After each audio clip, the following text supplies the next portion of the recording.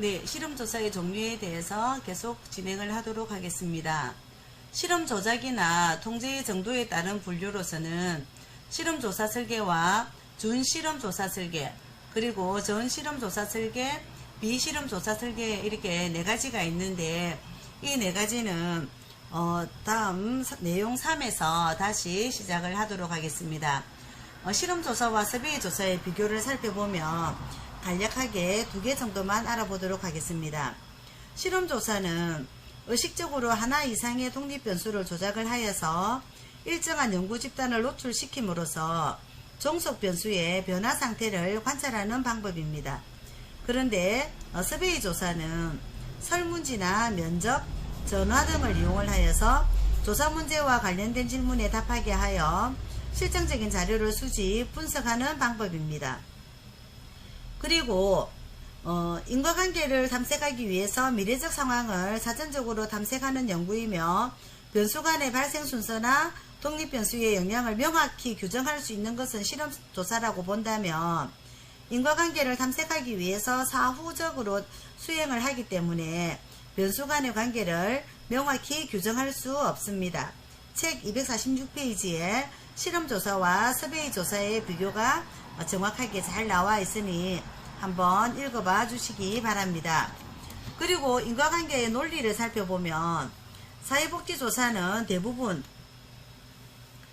검증을 통하여 이루어진다고 볼 수 있으며 사회적 연구와 사회 구성원의 문제를 발견을 하고 그 원인과 결과관계를 규명함으로써 사회복지조사의 목적인 정칩 수립 내지 실천 이론이 형성이 되는 것입니다.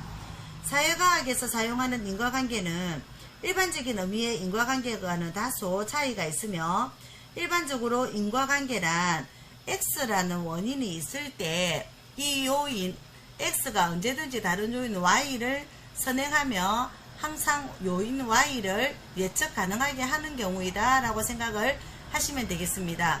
그래서 우리가 조금 전에 배웠던 것처럼 뭐라고 했습니까? X는 독립변수라고 하였습니다. X는 저희가 독립변수라고 약속하자, 그죠? 독립변수. 그리고 Y는 종속변수라고 우리가 그냥 서로 약속하자 해서 이렇게 저희가 이제 X, Y에 대한 얘기를 했었습니다. 그리고 이제 상관관계는 인과관계와는 다르게 달리 X가 반드시 요인 Y를 선행해야 되는 것은 아니고 요인 X가 항상 이제 요인의 Y를 예측하기 가능한 것도 아니라는 것을 알고 계시면 좋을 것 같습니다. 여기서 인과관계란 어떤 요인 X가 있을 때 이 요인 X가 언제든지 다른 요인 X를 선행하면 항상 요인 Y를 예측 가능하게 하는 경우를 말하며 상관관계의 경우는 인과관계와는 달리 X가 반드시 Y를 선행하는 것도 아니고 요인 X가 항상 Y를 예측하게 하는 것도 아니라는 것을 꼭 알고 계시는 것이 중요하겠습니다. 여기서 이제 사례로 살펴보면 사회과학적 입장에서 인과관계의 개념에 대해서 한번 보도록 하겠습니다. 원인으로 추정되는 변수와 결과로 추정되는 변수가 동시에 존재를 하며 상호 연관성을 가지고 변화해야 한다라는 것입니다. 쉽게 말해서 어떻습니까? 가설을 먼저 살펴보면 고학력일수록 소득이 높다. 자, 어떻습니까? 교육 수준의 변화가 있을 때 반드시 소득 수준의 변화도 일어나야 한다라는 것입니다. 그리고 원인이 결과보다 시간적으로 우선해야 할 때도 있습니다. 그러면 사례를 살펴보면 날씨가 더워지면 아이스크림이 잘 팔린다. 그러면 날씨가 더워지는 것이 원인이라면 아이스크림이 잘 팔리는 것보다 시간적으로 앞서야 한다는 것입니다. 그래서 사회과학에서 인과관계는 매개척 수준을 전제로 하지 않고 즉 아주 미시적인 변수 사이의 관계에 대한 연구는 사회과학에서는 그리 중요한 문제는 아닙니다. 그래서 만약 여기에 대한 이제 그 사례로는 광고가 기업의 판매에 영향을 주는가입니다. 어떤 내용의 광고가 판매에 영향을 준다는 식으로 어느 정도의 연구 범위를 설정할 수밖에 없다라는 것입니다. 사회현상은 통제된 조건의 폐쇄 시스템이라기보다는 개방 시스템을 전제로 할 수밖에 없어서 어떤 원인에 노출된 실험 대상이 다른 사회 현상과도 접촉을 통해서 결과에 영향을 미치며 사회과학에서는 사회현상을 연구하는 것이기 때문에 개방 시스템을 전제로 해야 하고, 따라서 결과를 발생시키는 원인은 여러 가지가 있습니다. 사례로는 어떤 학생의 학업 성적이 향상된 원인을 연구하였습니다. 그 원인은 평소보다 열심히 공부하였거나 수업 분위기가 좋아졌다거나 선생님이 바뀌었다거나 등 여러 가지 일수가 있다라는 것입니다. 그리고 사회과학의 연구가 개방적 시스템에서 이루어지고 외생 변수가 존재하기 때문에 여러 가지 원인이 작용하여 확률적일 수밖에 없다입니다. 머리가 좋으면 공부를 잘한다. 머리가 좋으면 공부를 잘하는 것이 통계적으로 검증이 되었더라도 100% 맞다고 볼 수는 없습니다. 실험조사의 기본 개념, 인과관계의 개념을 살펴보면 사회과학적 입장에서 인과관계의 개념은 아래와 같습니다. 사회과학에서 인과관계는 미시 매개체 수준을 전제로 하지 않습니다. 그리고 사회과학에서는 사회현상을 연구하는 것이기 때문에 폐쇄가 아니라 개방 시스템을 전제로 한다는 것 알고 계시면 좋을 것 같습니다.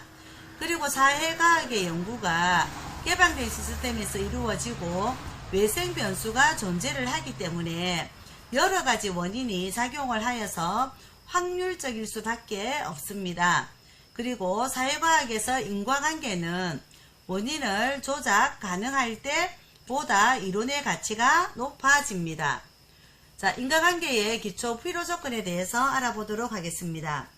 자, 그러면 먼저 인과관계에 대해서 기초를 살펴보면 인과관계의 기초는 필요 조건과 충분 조건에 관련이 되어 있습니다.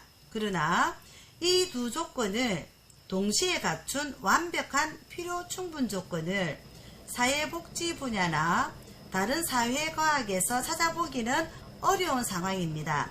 따라서 제3의 조건으로 기여 조건, 부수 조건 또는 대립 조건을 지니게 됩니다.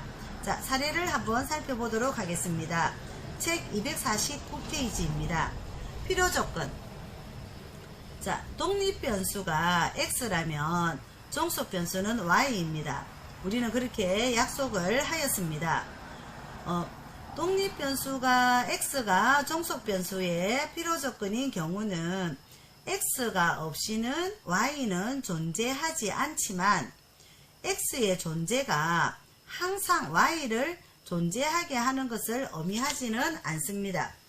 그래서 사례를 살펴보면 그림 6-1을 보시면 그림 6-1 위에 자, 마약 경험은 마약 중독의 필요 조건입니다.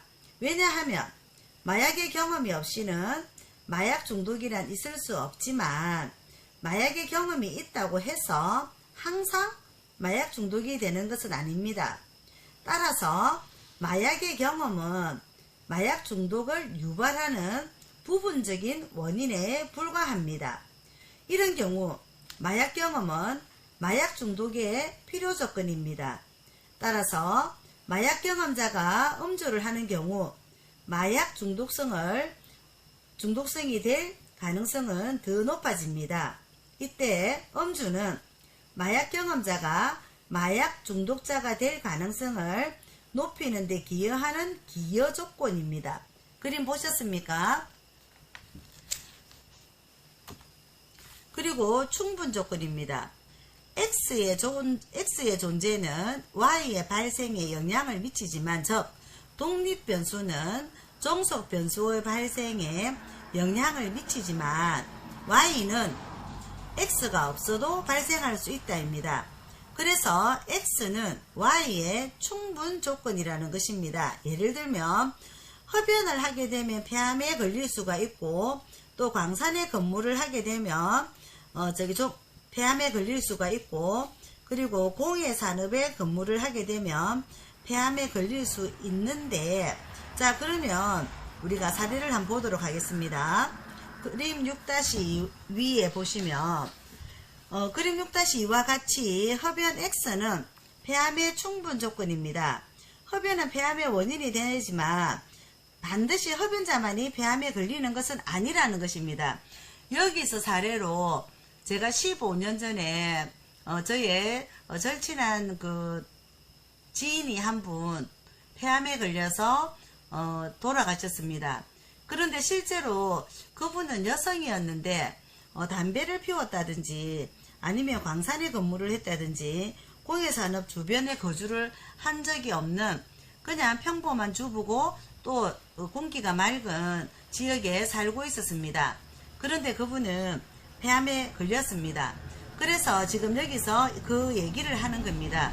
꼭 흡연을 해야만이 폐암에 걸리고 광산에 근무를 해야만이 폐암에 걸리고 공해산업 주변에 거주를 해야만이 폐암에 걸린다라는 것은 아닙니다. 그래서 충분 조건이라는 거죠. 그래서 굳이 흡연이나 광산 근무나 공해산업 주변 거주에 살지 않더라도 폐암에는 걸리는 사람이 있더라는 것입니다. 이렇게 이해를 하시면 되겠습니다. 자, 필요 충분 조건입니다. X가 독립 변수가 일어나지 않으면 Y 종속 변수는 절대 일어나지 않으면 X가 일어나면 Y가 언제나 일어날 때 X는 Y의 필요 충분 조건이다. 그래서 X는 Y의 유일한 원인이고 어떠한 대체 원인이나 기여 원인이 존재하지 않으므로 X는 Y가 단독으로 일어나는 경우란 없음을 말씀을 드리겠습니다. 그래서 사례는 만일 흡연이 폐암의 필요 충분 조건이라면 모든 흡연자는 폐암에 걸려야 하고 비흡연자는 폐암에 걸리지 않을 것입니다. 맞습니까? 만약 필요 충분 조건을 흡연이라고 만약 우리가 X라고